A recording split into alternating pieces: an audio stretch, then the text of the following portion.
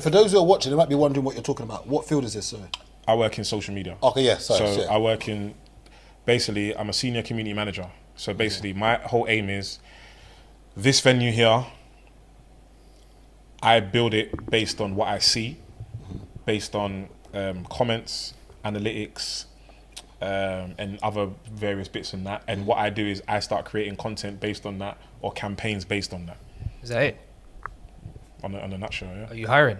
Well, eventually, possibly, yeah. Eventually, I'll ask them. We can go from there. For those who are not aware, this is Gracious K. For those who don't aware, he's been on the pod before, but we didn't introduce him because he's been on the pod before. For those who don't know, he had, I wouldn't say he has a very, I think probably the biggest funky house song there is, which is Migraine Skank. If you're not aware of it, put your left hand, right hand, do the okey pokey and the karaoke.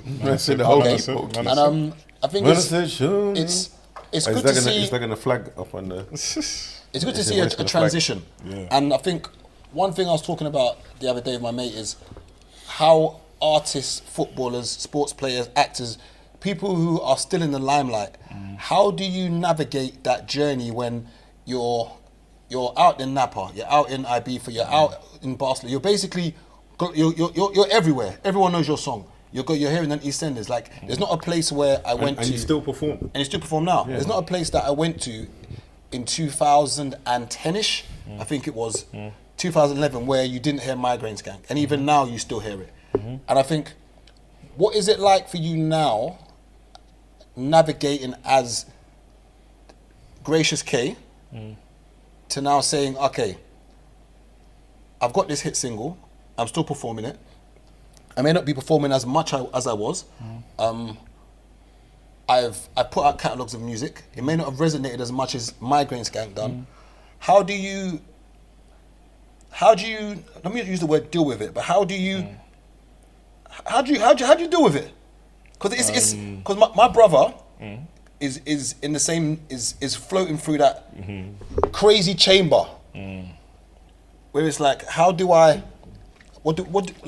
you do this? How do you work this? How do you work this? Because people look at, like, you're Gracious K. Like, you go to a rave and you're hearing your song playing and the place is jumping. Yeah, all the time. Like, it's jumping, you're like, raw, like, I created this, you know. Like, alright, so we give you a rundown, yeah? How I've been able to deal with it is like you lot. You lot, Marv's, Taze. I don't think if I didn't have you lot around, I don't think I would have been able to deal with it. Because what happened is, subconsciously, I felt like I failed. So when I felt like I failed... I want to interrupt you. Failed at what, sorry? I just didn't become the big star I thought I was going to be. I remember when you used to have these talks with me and I used to say to you, like... But you didn't fail, though. Yeah, like, this is what I'm saying. But that's why I say mental health and all these things are very important, because what it looks like to me and feels like to me, you guys can be like, what are you talking about? Like, you're you. Like, and obviously I became a recluse. I stopped kind of going out. I didn't go to none of these events. My first summer of love would have been, and it's been going on for however long. So I was the friend that never came out. So when I kind of started more so connecting with you lot properly, I kind of was happy just being Lance. And it was no pressure of expectation. There was no pressure of release. There was no pressure of no new music, bro. It was almost just like, just man them. Like, and one thing that was very impressive about our group, everyone's financial status wasn't an issue. Everyone's social status wasn't an issue. It was just real people. There's people from Leicester, Brum. Everyone's doing what they're doing. It didn't matter. And I felt like that was what was really good about our group, that there wasn't a leader of the group. Everyone was impactful in their own way, you know what I'm saying? But at the same time, everyone kind of motivates each other to go this is it. After what they want. This is it. Like the other day, Jess went and got a new job, and he was like, I think he was shocked that he was going to get that job. And also the money that they offered him was more than he expected as well. So I said to him, like, I said, congrats. And every man said, congrats.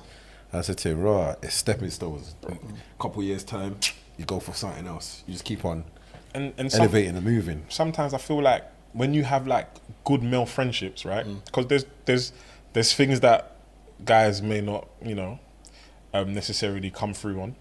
And there's other things that they're talented in. But when you have good friendships where there's no ego, someone in our group can have half a M, someone in our group can be on their last 10 quid. But there's no separation, that no one feels that. Yeah. It's just that, what do you need to elevate? So I think, all right, let's just take it. I made Migraine Skank. It was lit. Biggest tune in the country. Got signed. Touring, doing all these things, going to all these parties, meeting all these people, yada yada yada. My inability to stand strong in my conviction was a problem. So my inability to just be like, this is what I want to do, because in essence you've signed me for this. So what are we doing this for? Like, and 10 years ago, 12 years ago, 13 years ago, it was more of a fight. It was more of a token black man. It was more of a, you need to get Radio 1 to like you.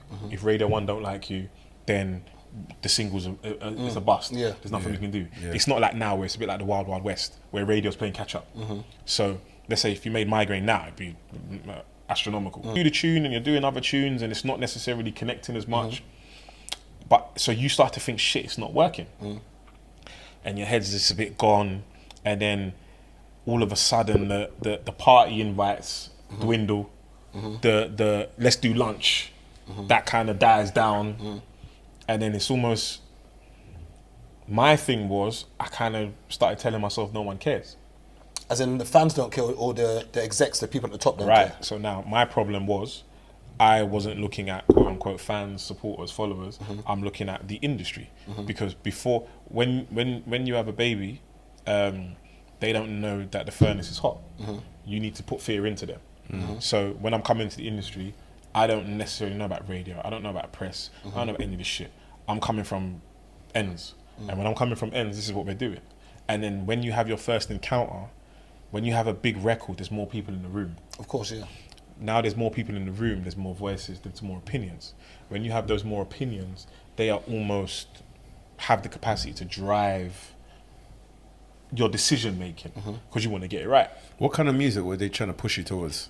What Tinchin that was making at the time. I figured.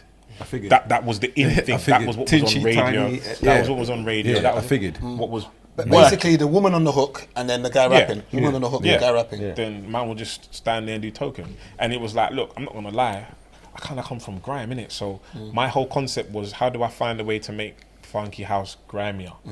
And it's worked that we're, in the uni scene and we're really doing our thing to a point where it's led me to you guys. And because of fear and poverty. Now, poverty mentally is one of the driving forces why you accept bare minimum. So the concept of the idea of Sony's like, I'm with Sony, is they could twang you. You understand what I'm saying? And I'm like, I don't want to lose this. And in not losing this, there's no pim. They shelved you. You understand what I'm saying? And the reason why Michael Jackson's thing was funnier is because he died when Migraine was meant to come out. So when Migraine was meant to come out, he died, and RCA, everything got shelved. Like, our priority was get MJ's music out.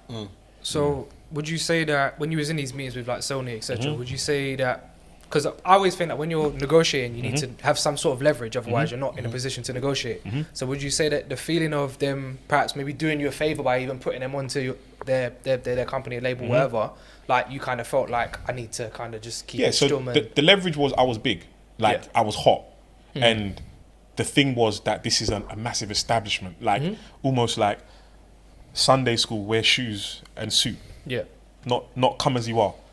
So as you get older and you understand church and scripture, it really is, I'm not saying come in a tracksuit, just come polished, come as you are. You understand what I'm saying? Come to present yourself to the Lord as you are. But growing up African, Sunday best, that was a shirt and shoes and click clack. That was the vibe for church. And I feel like with the label situation, when you kind of have that self-worth, or that lack of being strong in yourself, you will kind of be swayed with what they're dealing with. Yeah. And at the end of the day, there's someone in here who's chatting all this shit. You got a manager who's chatting all this shit. He's passed away now, so God rest his soul. He's not chatting shit in terms of the things he's saying is bad. It's just like, this makes sense. Try this, try this. And in your head, you could be like, all right, cool, let's try a thing. But I just wished back then I had a bit of more of a voice, because I was gangster for everything else. But it's like, when it came to really matter. yeah, like in this corporate world, I was thinking, bruv, man, don't want to lose this. Yeah. And that's why a lot of the times, a lot of these youths right now, they're coming from getting free Adidas.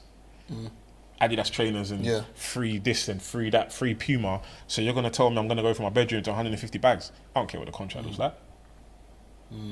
So even with, as you said, when hanging around with us, you said, for instance, that you can be Lance and you're not Gracious K. Yep. When, and don't take this the wrong way, when the come down came, where, for instance, you're out there performing in Napa, you're technically I hate using the word urban, but the song was big enough to say that for the party scene, you had one of the biggest tracks in the UK. So how does it now, how do you feel coming from being Gracious K to where people now see you as Lance? Where it's almost as if you come somewhere, you get to the door, and someone looks at you and knows you're Gracious K. And if this was a few years ago, they would have said, yo, no, red carpet, ropes open, you walk straight in. To someone looking at you and you're like, oh, is your name on the list? So the thing is, I separated Lance and Gracious. Because I felt Gracious failed, I was happy being Lance. So when I went to church, in my head, I had this thing where I didn't think people knew who I was. So when I'm going places, I'm introducing myself as Lance. I'm helping out, I'm service, bringing this, I'm doing that. And I'm like, right, this is lit. People just like, Lance is cool. Like, why go on Lance, what are you telling me? And then it was one day, someone was like, oh, so what, Gracious, no new music? And I was thinking, shit, you know this? And then it was like, bruv, everyone knows who you are. Yeah. And that's when I realized all the problems I had created was mentally. I created my own giants. It actually wasn't happening outside. So when I was chatting to Chiz, chatting to Marv, Taze, they was like, you do know you're kind of beefing yourself, because I never came out. So when I started coming Summer of Love, and people are like almost starstruck, I'm like, for what? In my brain, I'm thinking, what are you starstruck about? So is it almost imposter syndrome in a way? Absolutely. Because basically, I remember I messaged the group and I said, yo, I'm at some book thing, this, and you know, they're saying all these names and all this, and I'm thinking, shit, I don't know none of these people. Like, and I felt like I shouldn't be here. And they're like, why shouldn't you be there? They was like, do you know who you are? Do you know what you've done? And then the same people I'm admiring, who are fairly older, they're like, Gracious, come, say what I want. And then I'm like, shit.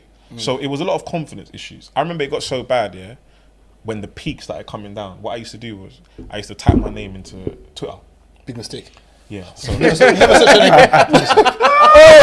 that's what that made you come off Twitter. Listen, I used to search me. Hey, do not search. And that made you come off Twitter. Hey. It got so bad, I used to search my name to see if anyone cared. Yeah. I was thinking, like, surely someone must can. Like, I used to type in all sorts of things just to see different variations. And then when you see, like, they're not talking about Gracious, but they're talking about Migraine Skank, I was thinking, it is what it is. And then I remember, so one of my cousins, he came to live with man, and he does security, he does doors and stuff like that. And he's just out there person. And he was like, I can see you're down, you're just weird, you're not the same, what's happening? And he was like, come out with man. So I went to one of his events. I kid you not, when I went to this event, it's almost like social media has made artists of today not seem like celebs. Everyone's accessible. Yeah, That's why. it's weird. So I'm in a place with people who I'm looking at, who are thinking you're doing sick right now. Like, your numbers are mad. Yeah. But the love I'm receiving is outweighing them, and I didn't get why. And when people are coming up to me saying, bro, you made this time in my life, or you made, so they're almost talking to me like, they can picture a moment in life, and I impacted that. So I was like, okay, this is cool. And people are like, no new music, and I'm like, oh, you don't need to say that, bro. I It's remember. okay. It's all you Yeah, did. I remember when you come somewhere alone and you was first- chilling. yeah. And I just chucked you the mic and I just looked at the DJ and said, And it might "Will the not tune." I think I don't want it. I don't want it. It might not think I don't want it. That's But him the mic. I it's said, like "Will the being tune, in that man." uncomfortable position Yeah. and then seeing everyone go crazy. I was like, And everyone's getting mad. what's happening here? Yeah. And then girls, guys, my brother, yo, man, no, come on, Gracious, man. People are like, give me your number. People are ringing me saying we need to do new music. So then I started realizing that I was the problem. Yeah, you switched off. Yeah, I was the problem.